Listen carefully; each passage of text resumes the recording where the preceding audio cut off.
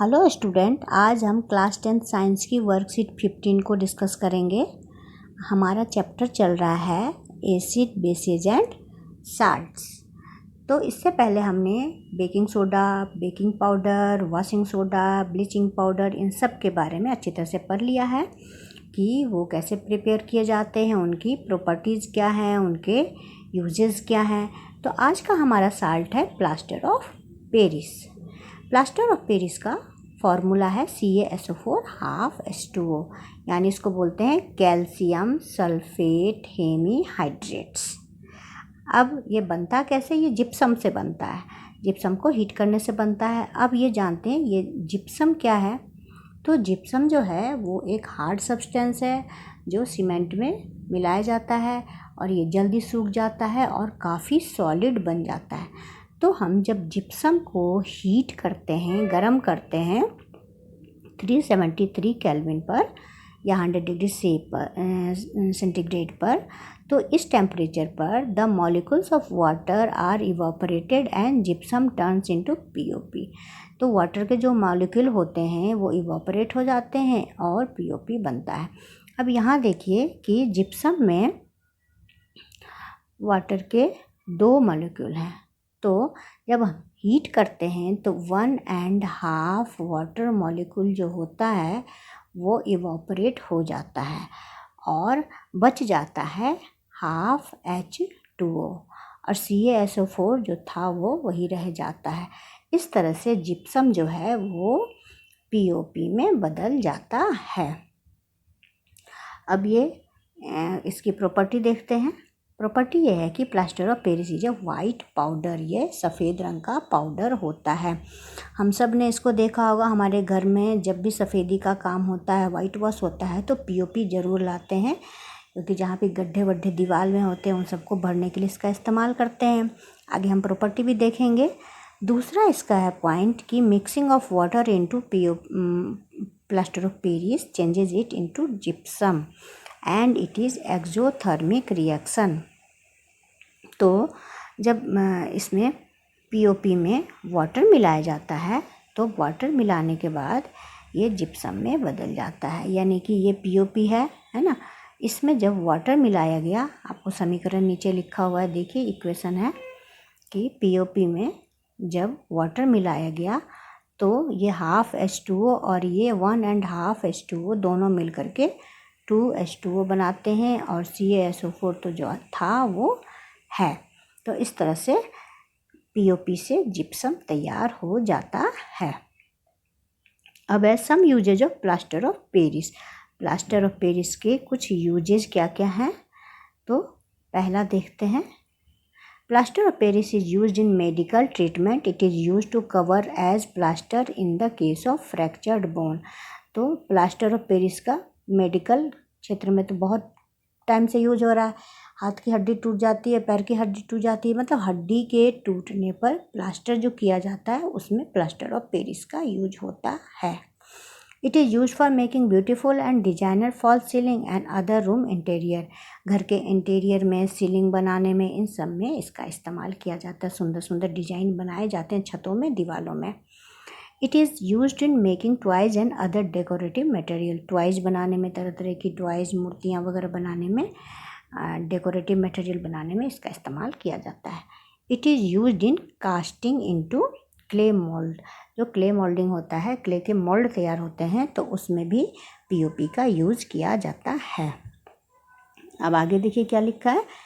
Are the crystals of salts really dry. जो salt के crystal होते हैं क्या वो ड्राई होते हैं? प्रॉपर्टी में, नेचर में वो ड्राई होते हैं? तो इसको समझते हैं। The crystals of salt appear dry but many salts contain some water molecules. ये कहा जा रहा है कि जो साल्ट के क्रिस्टल होते हैं वो ड्राई दिखते हैं, लेकिन सारे साल्ट के क्रिस्टल ड्राई नहीं होते हैं। बहुत सारे जो क्रिस्टल होते हैं, साल्ट क्रिस्टल, वो वाटर मॉलिक्यूल उनमें होता है। The fix number of water molecule is in one formula unit of a salt is known as water of crystallization। तो अब ये इसको ध्यान से समझने की बात है कि वाटर ऑफ क्रिस्टलाइजेशन किसको कहते हैं। तो इसका मतलब ये हुआ कि एक साल्ट के मॉलिक्यूल में जितना वाटर है वो उसका वाटर ऑफ क्रिस्टलाइजेशन कहलाएगा, और ये नंबर फिक्स होता है ना। The fix number of water molecule in one formula unit of a salt, यानी एक साल्ट के मॉलिक्यूल में जितना भी वाटर का अमाउंट होगा वो उसका वाटर ऑफ क्रिस्टलाइजेशन कहलाएगा। यानी कि क्रिस्टल के अंदर जो भी वाटर मॉलिक्यूल प्रेजेंट होगा वो उसका वाटर ऑफ क्रिस्टलाइजेशन कहलाएगा। Salts that contain water molecule are known as hydrated salt, और ऐसे साल्ट जिनके अंदर वाटर मॉलिक्यूल होता है, सबके अंदर नहीं होता लेकिन कुछ साल्ट के अंदर वाटर मॉलिक्यूल होता है, तो ऐसे साल्ट को हाइड्रेटेड साल्ट कहते हैं। अब एक एग्जांपल से इसको समझिए। कॉपर सल्फेट, कॉपर सल्फेट का यहाँ पे उदाहरण दिया गया है। तो crystals of copper sulphate appear blue because it contains 5 water molecules. तो जो कॉपर सल्फेट के क्रिस्टल होते हैं उनका कलर होता है ब्लू। क्यों? क्योंकि इसमें 5 मॉलिक्यूल वाटर के होते हैं, और इस कारण इसका कलर जो होता है वो ब्लू होता है। This is the cause that chemical formula of copper sulfate is CuSO4 5H2O। इसी 5 मॉलिक्यूल के कारण इसका फॉर्मूला CuSO4 5H2O होता है, क्योंकि इसमें 5H2O मॉलिक्यूल प्रेजेंट होते हैं। When crystals of copper sulfate is heated, अब आगे देखिए कि अगर इसको हीट किया जाता है तो क्या होता है कि इसका कलर चेंज हो जाता है।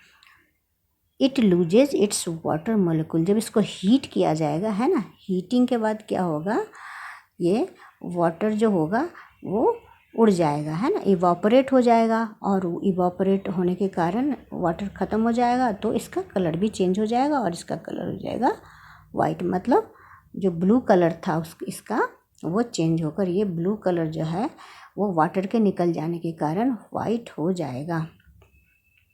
इसको समझाया गया है यहाँ पर। CuSO4 5H2O जिसका ब्लू कलर है, इसमें वाटर मिलाया गया है और हीट किया गया है, तो वाटर जो है वो ख़त्म हो जाता है, इवापोरेट हो जाता है, और CuSO4 बच जाता है। अब जब इसमें वाटर है ही नहीं तो इसका कलर जो है वो वाइट हो जाता है। ब्लू से कैसा हो जाता है, वाइट हो जाता है, ब्लू से वाइट हो जाता है।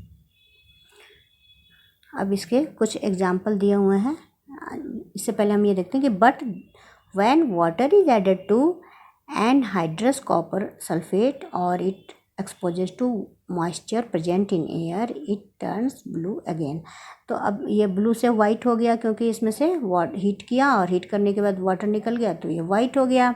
लेकिन अगर इसमें फिर से वाटर ऐड कर दिया जाएगा, एनहाइड्रस कॉपर सल्फेट का मतलब है जिस कॉपर सल्फेट में पानी ना हो, वाटर ना हो, उनको एनहाइड्रस कॉपर सल्फेट बोलते हैं। तो जब ऐसे कॉपर सल्फेट में वाटर मिला दिया गया तो, या फिर मॉइस्चर जो है एटमॉस्फेयर की मॉइस्चर में मिल गई इसको, तो फिर से इसका कलर जो है वो ब्लू हो जाता है।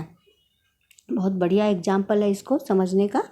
अब इसमें कुछ एग्जाम्पल दिए हैं कॉपर सल्फेट के अलावा भी। कॉपर सल्फेट CuSO4 5H2O, इसके बाद ferrous sulphate FeSO4 7H2O, sodium carbonate Na2CO3 10H2O, और जिप्सम CaSO4 2H2O।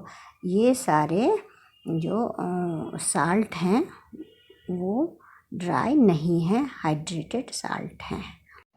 अब आइए देखते हैं हम इसके क्वेश्चन आंसर। क्वेश्चन नंबर 1 है, what is the full form of POP, right it's 3 uses also. तो इसका तो बिल्कुल आपके सामने ही दिख रहा है। POP का फुल फॉर्म क्या है, प्लास्टर ऑफ पेरिस, और इसके 3 यूजेज लिखने हैं तो कोई 3 यूज लिख दीजिए। हो गया, ये हो गया आपका क्वेश्चन नंबर 1 का आंसर। अब सेकंड क्वेश्चन है, define the term water of crystallisation with 1 example. तो तो इसका भी आंसर आपको बिल्कुल इसी शीट पर दिया हुआ है। ये देखिए, the fixed number of water molecules in one formula unit of a salt is known as water of crystallisation. और इसको एग्जाम्पल यहाँ दिया हुआ है ना। तो आप यहाँ तक लिख देंगे। ये हो गया आपका क्वेश्चन नंबर 2 का आंसर। अब हम क्वेश्चन नंबर 3 की तरफ चलते हैं। How the plaster of Paris is obtained from gypsum. Gypsum से पीओपी को कैसे बनाया जाता है, तो इसका भी यहीं पर है, यहाँ से। It is obtained by heating gypsum, ये आप यहाँ तक लिख देंगे। तो ये आपका क्वेश्चन नंबर 3 का आंसर हो गया। अब अगला देखते हैं क्या है। क्वेश्चन नंबर 4 है, what happens when crystalline CuSO4 is heated, right the colour of the new substance form. जो क्रिस्टलाइन CuSO4 है उसको हीट करने पर क्या होता है, तो इसका देखिए आंसर यहीं दिया हुआ है। ये when crystals of copper sulfate is heated, it loses its water molecule and its color and becomes white। जो कॉपर सल्फेट को हीट किया जाता है तो ये अपना जो पानी का मॉलिक्यूल है, वाटर मॉलिक्यूल लूज कर जाता है और अपना कलर भी लूज कर जाता है और वाइट कलर का बन जाता है। तो ये क्वेश्चन नंबर 4 का आंसर हो गया। ठीक है, अब आगे हम क्वेश्चन नंबर 5 देखते हैं। क्वेश्चन नंबर 5 है, राइट द नेम एंड फॉर्मूले ऑफ एनी 3 हाइड्रेटेड साल्ट। तो ये तो यहीं से लिख लीजिए, इसमें 4 दिए हुए हैं, आप कोई 3 साल्ट के नाम लिख लीजिए और उनका फॉर्मूला लिख लीजिए। ये 4 साल्ट है और ये उनका फॉर्मूला है, इसमें से कोई 3 आपको लिखना है। इस तरह से आपकी ये वर्कशीट ख़त्म हुई। मुझे आशा है कि आपको ये अच्छी तरह से समझ में आई होगी। अगर अच्छी तरह से समझ में आई है तो आप अपने फ्रेंड्स के साथ इसे ज़रूर शेयर करें। Thank you.